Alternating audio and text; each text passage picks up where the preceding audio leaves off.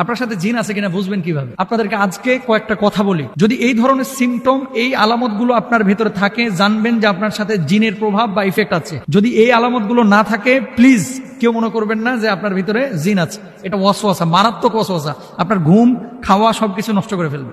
আপনার সাথে জিন আছে কিনা বুঝবেন কিভাবে? বা আপনার উপরে এই ধরনের কোনো প্রভাব আছে কিনা বোঝার কয়েকটা আলামত আছে। জাগ্রত অবস্থায় কয়েকটা লক্ষণ আপনাদেরকে বলি। এখন শুরুতে বলি, এই আলামতগুলো যদি আপনার মধ্যে থাকে তাহলে জেনে নেবেন আপনাকে একজন প্রসিদ্ধ রাকির কাছে যাইতে হবে। রুকিয়া সেন্টার যেগুলো, আমি বলছি না হুজুরের কাছে আসেন, হুজুর এগুলো কাজ করে না। রুকিয়া সেন্টার ঢাকায় যেগুলো আছে, এই রুকিয়া সেন্টারগুলো মানে এরা স্পেশালিস্ট, এগুলো নিয়ে কাজ করে। এদের কাছে যাবেন এবং তদবির নেবেন। হার্টে ব্লক ধরা পড়ছে, আপনি যদি ডায়াবেটিসের ডাক্তারের কাছে যান, কাজ হবে? হবে না। আপনার পেটে পীড়া হয়েছে, পেটে ব্যথা, কিডনিতে পাথর হয়েছে, আপনি যদি এখন যান মনে করেন চোখের ডাক্তারের কাছে, কাজ হবে? হবে না। তো যারা রুকিয়া সেন্টারে কাজ করে এরা এগুলো নিয়ে স্পেশালিস্ট, মানে এগুলোর বিষয়ে তারা বিশেষজ্ঞ, তাদের কাছে যাবেন এবং কাজ করবেন। আমরা যেটা করি আমল দিয়ে দিই আর কি। যাই হোক, এখন আপনাদেরকে বলি যে জাগ্রত অবস্থায় যদি এই সমস্ত লক্ষণ পান, জানবেন যে আপনার কাছে বদজিন আছে। এক নাম্বার, কিছু মানুষের কোনো কারণ ছাড়াই মাথা ব্যথা, ঘুম ঠিক আছে, খাওয়া ঠিক আছে, কোনো টেনশন নাই, তারপরেও সারাক্ষণ মাথাটা জিমায় আর চিনচিন করে মাথা ব্যথা করে। চোখ কান এগুলোর সমস্যাই না, এমনিতে মাথা ব্যথা করছে।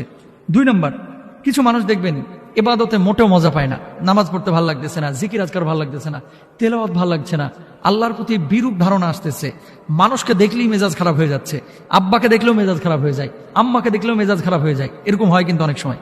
যদি এরকম এবাদতে বিমুখতা আসে তাহলে জেনে নেবেন যে কিছু একটা আপনার ভেতরে ঘটছে। তিন নম্বর, মেজাজ বিক্ষিপ্ত হয়ে থাকা এবং সবসময় মেজাজ একেবারে হট টেম্পারে থাকা। ভালো কথা, আপনি সালাম দিচ্ছেন, কিছু লোক দেখবেন আসসালামু আলাইকুম বলার পরে সেট করে ওঠে, কার জিনিস পাও না খালি সালাম দাও, আছে এরকম। খাবারের কথা বলতেছেন, একেবারে সেট করে ওঠে, মানে রাগে যাচ্ছে, খুব রূঢ় আচরণ করছে, উগ্র মেজাজে আচরণ করছে। 4 নম্বর। 5 নম্বর, অনেক সময় খিঁচুনি বা মৃগী রোগী যেগুলা রয়েছে, মৃগী রোগ এটা অনেকেরই রয়েছে, আর অনেকে খিঁচুনি এই যে জিনের প্রভাবে কিন্তু অনেক সময় হয়ে থাকে।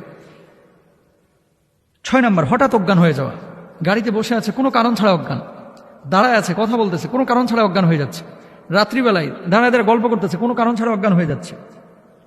7 নম্বর, শরীরের কোনো অঙ্গে সবসময় ব্যথা থাকা কিংবা বিকল হয়ে যাওয়া, অথবা ছোপ ছোপ কিছু দাগ দেখতে পাওয়া। রাত্রেবেলায় ঘুমিয়েছেন আপনি,